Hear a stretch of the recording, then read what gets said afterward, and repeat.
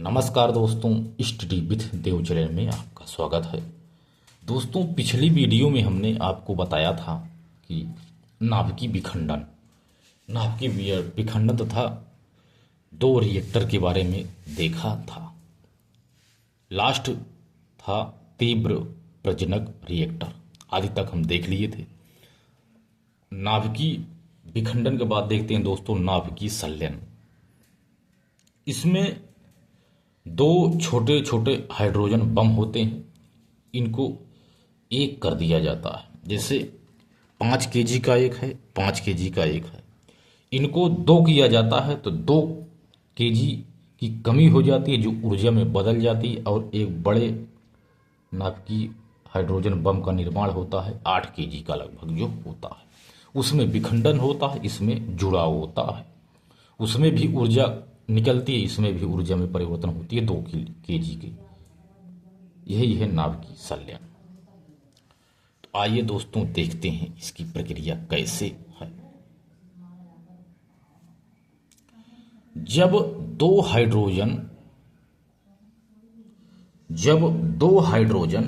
जैसे हल्के नाभिक जुड़कर कोई तीसरा नाभिक बनाते हैं, तो जब दो हाइड्रोजन जैसे हल्के नाभिक मिलकर कोई तीसरा नाभिक बनाते हैं तो इस तीसरे नाभिक का द्रव्यमान मूल नाभिक के द्रव्यमान से कम हो जाता है।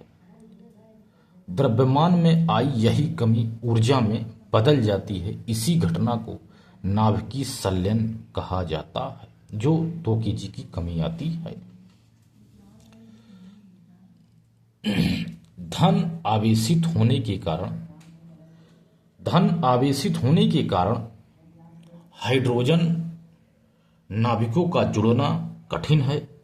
हाइड्रोजन नाभिक तभी जुड़ेंगे जब इन्हें इतना ताप दिया जाए कि ये गल जाए। इसी गली हुई अवस्था को प्लाज्मा कहते हैं।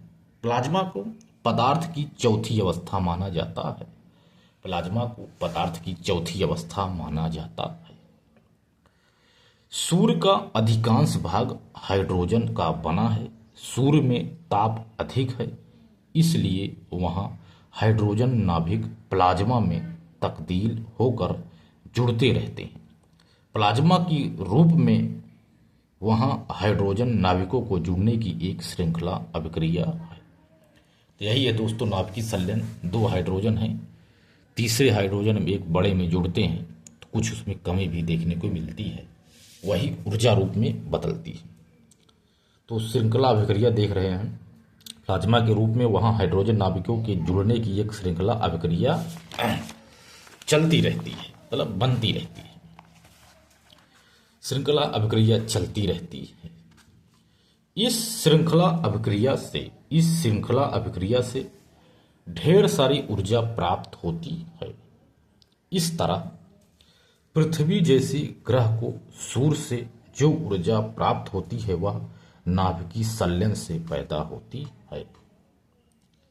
इस तरह पृथ्वी जैसे ग्रह को सूर्य से जो भी ऊर्जा प्राप्त होती है वह नाभिकीय संलयन के रूप में पैदा होती है। तारों का भी अधिकांश द्रव्यमान हाइड्रोजन का ही बना होता है। जो तारे हैं, टिमटिमा रहे हैं दोस्तों, इनका अधिकांश द्रव्यमान हाइड्रोजन का ही बना होता है। अतः उनमें भी नाभिकीय संलयन की क्रिया होती रहती है। इसी नाभिकीय संलयन की क्रिया से जो ताप पैदा होता है उसी ताप से तारे चमकते हैं। इस तरह इस ब्रह्मांड से ऊर्जा का सबसे बड़ा स्रोत नाभिकीय संलयन की क्रिया है। इस ब्रह्मांड में ऊर्जा का सबसे बड़ा स्रोत नाभिकीय संलयन की क्रिया है। लेकिन पृथ्वी पर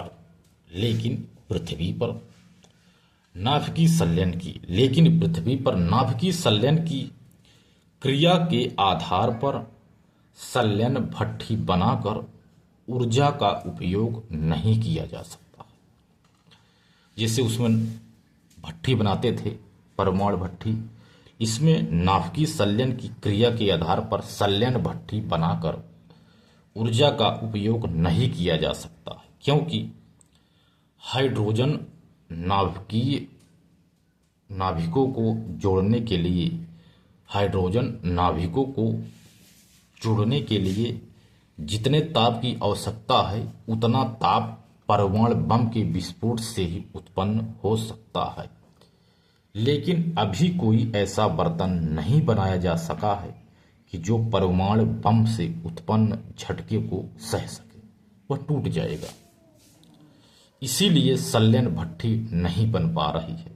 हालांकि वैज्ञानिक चुंबकत्व पर आधारित ऐसे बर्तन बनाने की कोशिश कर रहे हैं। इस बर्तन को टोकामेक कहते हैं। गुजरात के गांधीनगर में स्थित, गुजरात में एक शहर है गांधीनगर, तो गुजरात के गांधीनगर में स्थित प्लाज्मा शोध संस्थान ने आदित्य नामक टोकामेक बनाया है। गांधीनगर में प्लाज्मा शोध संस्थान है एक दोस्तों, उसने आदित्य नामक टोकामेक एक बनाया है चुंबकत्व के आधार पर। इस तरह अभी संलयन भट्ठी संभव नहीं हो पा रही है, संलयन भट्ठी संभव नहीं हो पा रही है, लेकिन हाइड्रोजन बम बन गया है। हाइड्रोजन बम बन गया है। हाइड्रोजन बम बनाने के लिए परमाणु बम का पहले विस्फोट करना पड़ता है। परमाणु बम से उत्पन्न ताप में ही हाइड्रोजन नाभिकों को जोड़ने की श्रृंखला अभिक्रिया शुरू होती है। यही श्रृंखला अभिक्रिया हाइड्रोजन बम कहलाती है। तो दोस्तों हमने देख लिया परमाणु बम से संबंधित नाभिकीय विखंडन और नाभिकीय संलयन पे चर्चा किया। नाभिकीय विखंडन में इसमें जो यूरेनियम है इसका टूटना होता है, टूटते हैं तो थोड़ी ऊर्जा में कमी होती जाती है।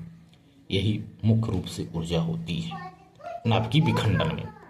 जो दो टुकड़े में टूटता है दोस्तों, उसमें भी न्यूट्रॉनों की बमबारी करते हैं तो वह भी दो टुकड़े में टूट जाता है। ऐसे उसमें क्रिया संचालित होती रहती है। नाभिकीय संलयन में भी ऐसे है।